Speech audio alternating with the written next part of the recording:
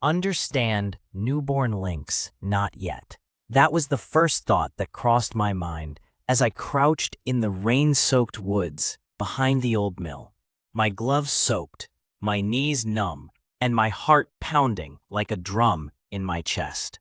Before me, half buried in a tangle of roots and wet leaves, were three tiny shapes, so small they could vanish in a gust of wind. They weren't just kittens. They were survivors.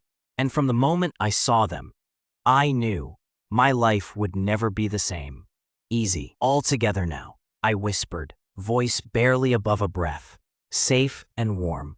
I gathered them gently, one by one, cradling each fragile body against my chest, feeling their tiny hearts flutter like moth wings against my palm.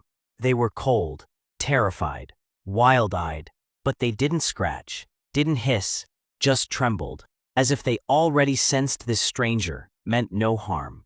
Back at the cabin, I filled the sink with lukewarm water and laid out soft towels warmed by the radiator. One by one, I bathed them, my movements slow, my voice a steady hum beneath the rush of water. "That's it," I murmured, as the first, whom I'd later call Ghost, let out a sigh and relaxed. "You're safe." They drank from a dropper I'd fashioned from an old syringe, their tiny tongues lapping desperately at the warmth. And as they did, something inside me, something that had been frozen for too long, began to thaw. That was the beginning, not just of their lives, but of mine. Because sometimes the smallest creatures carry the biggest hearts, and sometimes saving them is the only way to save yourself. And there he was, Ink, standing on his hind legs, like a tiny man, peering out the window at the neighbor's dog, puffing his chest as if to say, "I dare you."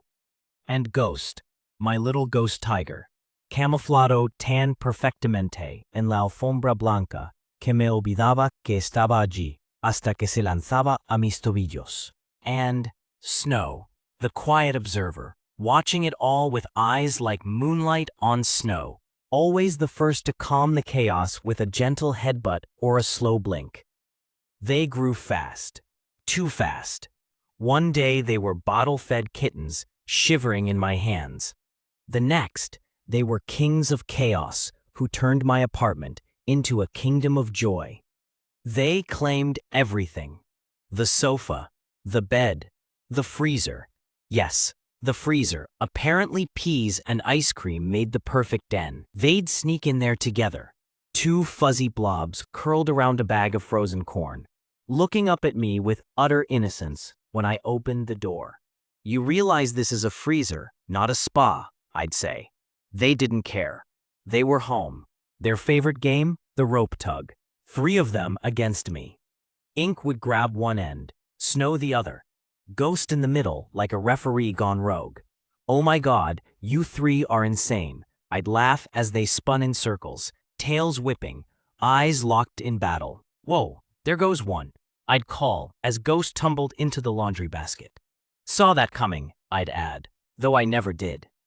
They were ridiculous, heavy, loud, demanding, and I wouldn't trade them for anything. Because in their eyes, I wasn't just a human.